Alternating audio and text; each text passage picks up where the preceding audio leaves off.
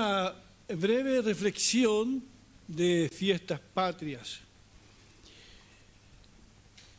Sin duda nuestro país ha vivido en este último tiempo periodos de encuentros y desencuentros. Los ánimos han estado bastante agitados, por decirlo menos. Ha habido mucha descalificación de uno u otro lado. Pero muy poco diálogo maduro, responsable. Nos falta mucho escucharnos y también ponernos en los zapatos del otro. La sabiduría y la prudencia como que se ha puesto en retirada. Y me acordé de un pasaje de Proverbios, capítulo 1, verso 23, que dice de la siguiente manera: la sabiduría clama en las calles y deja oír su voz por las plazas. Clama en los principales puntos de encuentro. A la entrada de la ciudad expone sus razones. Ustedes, muchachos inexpertos y burlones, ¿hasta cuándo seguirán amando la simpleza? ¿Hasta cuándo seguirán burlándose de todo? ¿Hasta cuándo aborrecerán el conocimiento? Puesto que aborrecen la sabiduría y no optaron por temer al Señor, ni quisieron seguir mis consejos, sino que menospreciaron todas mis reprensiones, comerán los frutos de sus andanzas y se hartarán con sus propios consejos. Los incautos mueren por sus propios desvíos, a los necios los destruye su autosuficiencia. Pero los que me oyen vivirán tranquilos, sin sobresaltos ni temor de ningún mal. Los hijos del Señor siempre debemos ser optimistas, porque nuestra confianza, nuestra esperanza está puesta en el Señor. No somos de los que idolatramos los gobiernos de turno, tampoco idolatramos el Estado como el Dios que lo resuelve todo. No hacemos eso. Oramos por nuestro amado Chile, por supuesto, respetamos a quienes nos presiden. Cumplimos nuestra misión como ciudadanos del cielo y también de esta tierra, pero nuestra fe, nuestra esperanza está puesta en el Dios soberano al que servimos. ¿Dicen amén a eso? Digo esto porque muchos cristianos todavía piensan que el gobierno resolverá todos los problemas, que una nueva constitución, y ponen la esperanza en eso. Y no la ponen en el Señor. Alzaré mis ojos a los montes, ¿de dónde vendrá mi socorro? Mi socorro viene del Señor, que hizo los cielos y la tierra. ¿Cómo se construye un país? ¿Cómo se construye un país como el nuestro? Con justicia, con paz, con diálogo, con transparencia. Se ha discutido mucho qué es lo primero, si la paz o la justicia. Unos dicen no hay paz si no trabajamos por la justicia. Otros dicen hagamos la paz primero y trabajemos por la justicia. Pero debemos orar y trabajar por ambas cosas, por la paz y la justicia. Hermanos, hermanas, amigos que nos están escuchando, hemos visto en los últimos años cómo ha recrudecido la violencia, validada por muchos como una forma de conseguir, entre comillas, la justicia social. Pero esta violencia, a veces incontrolada e impune, en la mayoría de los casos no es el camino. Nunca lo ha sido. Nadie debiera optar por esa alternativa. Nosotros los cristianos debemos rechazar la violencia. tanto física como la violencia verbal. Hemos visto cómo hasta nuestros símbolos patrios han sido violentados y vejados una y otra vez porque se ha perdido todo el respeto. No se respetan ni los símbolos religiosos. Sabemos de iglesias incendiadas intencionalmente. Nada justifica tal grado de maldad. Sin duda hay muchas tareas pendientes, pero el camino no es la violencia, el camino es el diálogo, la prudencia y sobre todo la humildad. Debemos estar orando como iglesia por quienes han de tomar decisiones importantes. Que el Señor guíe a quienes nos están presidiendo esta vez y a quienes hoy son oposición. Saben, para que tengan presente al país y no sus propios intereses. Algunos dicen, no, si tuviéramos gobernantes cristianos, políticos cristianos, líderes cristianos, dicen algunos. Pero lamentablemente a nivel latinoamericano no han sido buenas las experiencias de cristianos en el poder. Porque empiezan a caer en el mismo juego, porque no basta con ser cristiano, hay que tener también la debida preparación y un debido testimonio cristiano. Se extrañan los líderes como José, hermanos, que cuando administró el gran país de Egipto, con la sabiduría que venía de Dios, sacó adelante al país en los años de las vacas flacas y salvó de hambre a miles. José tenía el temor de Dios y la sabiduría del Altísimo. También José supo perdonar las injusticias cometidas en su contra. ¿Recuerdan eso? No permitió José que el resentimiento le nublara la visión y por lo tanto pudo ser un buen político. Digo esto porque muchas personas que están a veces en cargo de importancia no tienen un corazón sanado del resentimiento. Y hay venganza. Y el resentimiento nos nubla el juicio y la razón. José no cayó en eso. Hacen falta hombres y mujeres como el exiliado Daniel en Babilonia, que cuando llegó al poder no transó sus principios a costa de ser arrojado a los leones. Hacen falta mujeres como Esther, que en un ambiente donde Dios no era nombrado, se la jugó para salvar a inocentes de la muerte. Hombres como Nehemías, que sepan formar buenos equipos de trabajo y sean líderes en los cuales se pueda confiar. Cada vez me convenzo más que nuestra influencia en el país debe ser desde abajo hacia arriba y no desde arriba hacia abajo. No es impuesta, debe ser trabajada, empezando por nuestro círculo más cercano. Y me acordé de dos parábolas de Jesús, cuando habló de la levadura que leuda toda la masa y de la semilla de mostaza. Se las recuerdo, allí están en Mateo 13, 31 al 33. Jesús dijo, con el reino de Dios pasa algo parecido a lo que sucede con la semilla de mostaza. A pesar de ser muy pequeña, cuando un hombre la siembra en su terreno, crece hasta convertirse en la más grande de las plantas del huerto.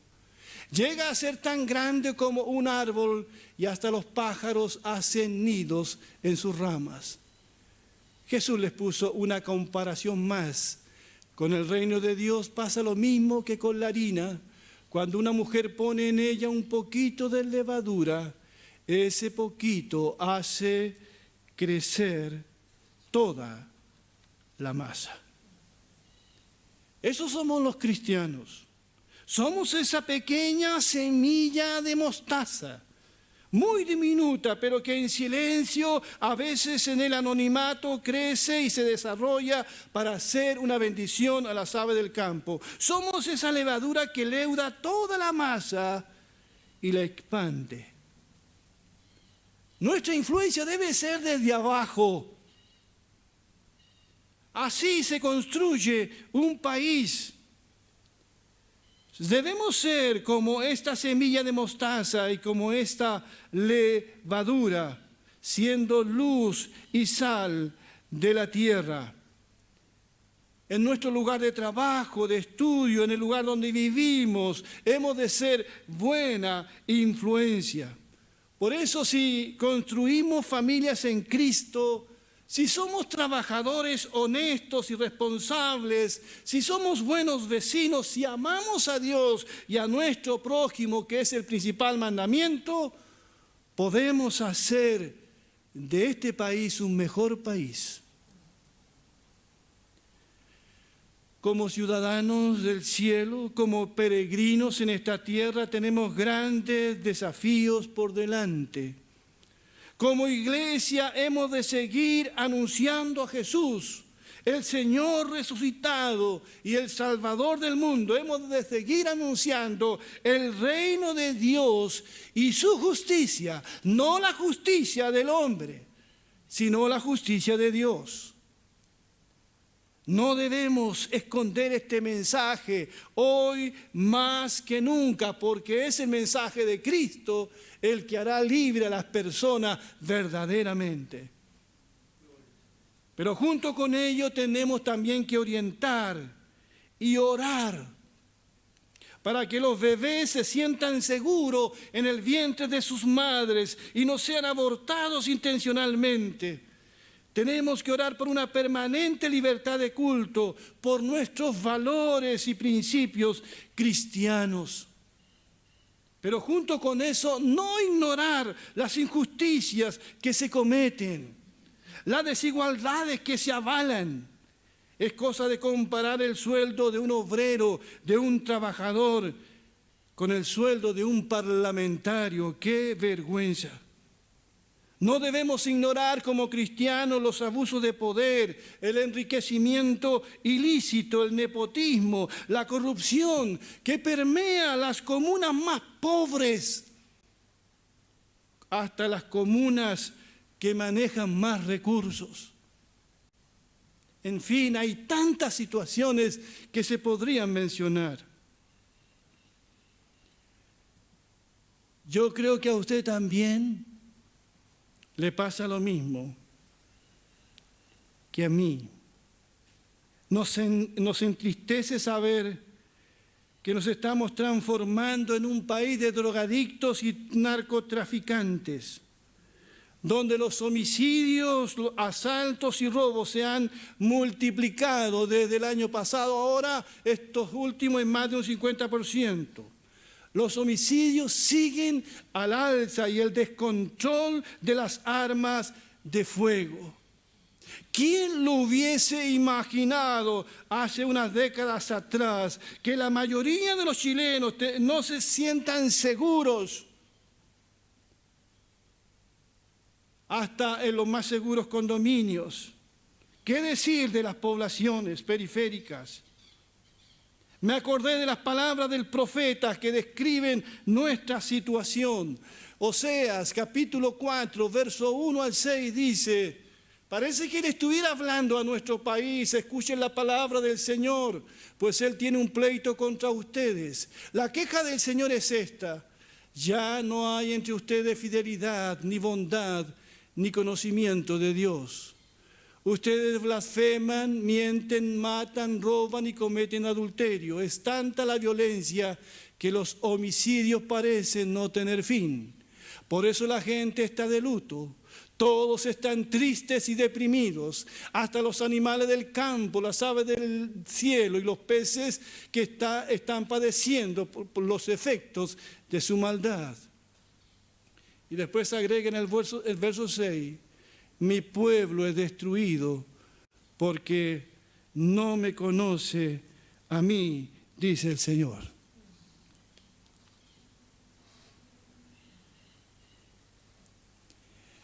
En esto último, las autoridades tienen mucho que decir. Las pequeñas y grandes autoridades de nuestro país, incluyendo los jueces. Una cosa es anhelar el poder. Una cosa es tener la autoridad. Otra cosa muy distinta es cómo administro el poder y la autoridad que me ha sido delegada. ¿Cómo ejerzo mis responsabilidades? No solo me juzgará la historia, sino Dios. Dios nos juzgará, Dios que permitió que llegara a donde estoy.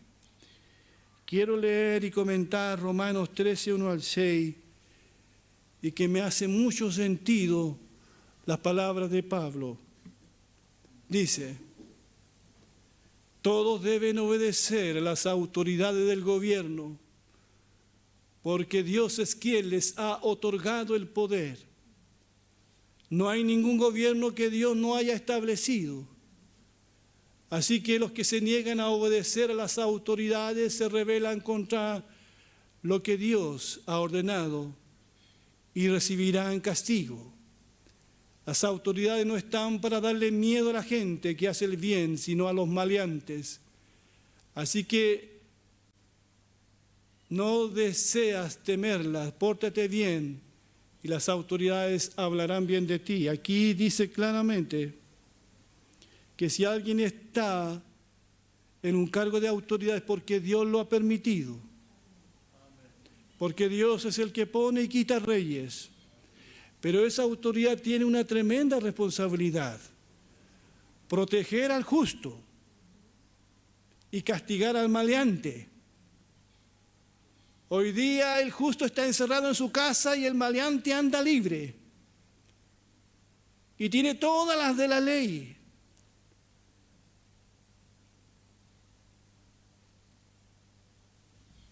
La autoridad tiene mucho que decir en esto. Y sigue diciendo Romanos: Dios ha puesto al servicio de Él a las autoridades para tu beneficio. Las autoridades están para beneficio. Pero si estás haciendo algo malo, claro que tienes que temerla. Porque para eso tienen armas para castigarte. Hoy día las armas las tienen los delincuentes.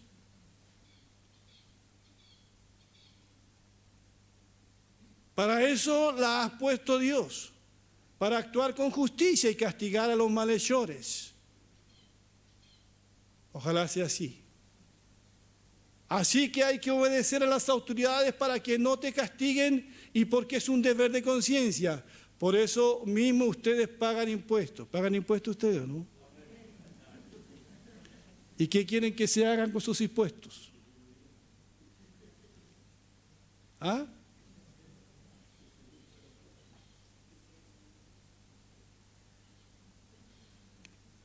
Usted compra un kilo de pan y está pagando impuestos, está pagando el IVA. Las autoridades están sirviéndole en el trabajo que Dios les ha encomendado. Esto decía Pablo de la autoridad de ese tiempo.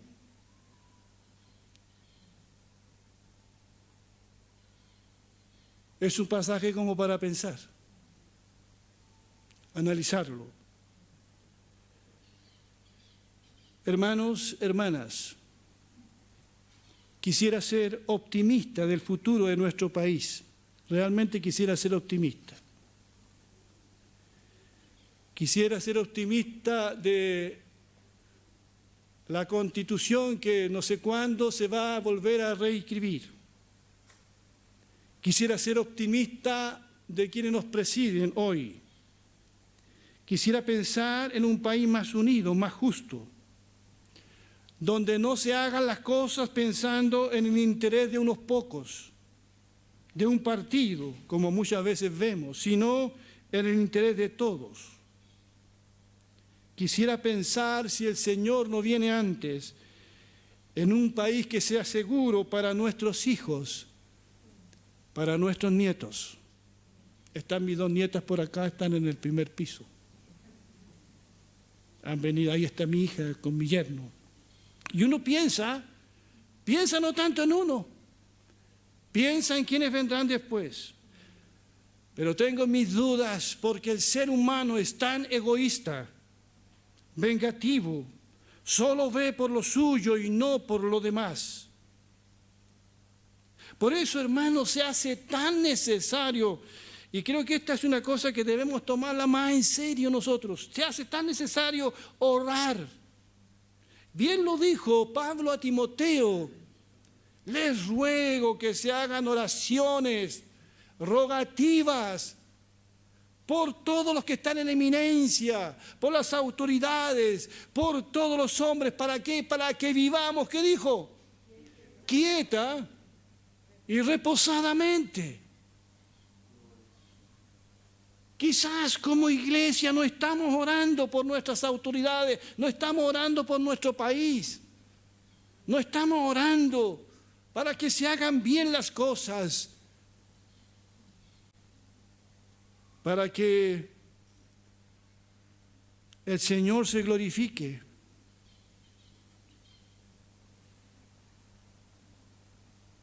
Que nos podamos encontrar en Cristo, el único que puede redimir al hombre y la mujer. Denantes cantábamos nuestro himno patrio, muy hermoso: puro Chile es tu cielo azulado, puras brisas te cruzan también, y tu campo de flores bordado en la copia feliz del Edén. Majestuosa es la blanca montaña que te dio por baluarte el Señor. Eusebio Lillo, cuando escribió el himno de Chile, mencionó al Señor. Majestuosa es la blanca montaña que te dio por baluarte el Señor. ¿Cómo quisieran sacar al Señor del himno nacional? Pero está allí. Majestuosa es la blanca montaña que te dio por baluarte el Señor. Que este Señor, que se menciona en nuestro himno, grande y eterno, sea el que bendiga y guarde nuestro país. La salvación vendrá del Señor. No vendrá de los políticos, no vendrá de los poderes del Estado, no vendrá del gobierno de turno. No te hagas ilusiones. La esperanza de nuestro país vendrá del Señor. Si su pueblo se humilla, yo derramaré bendición hasta que sobreabunde.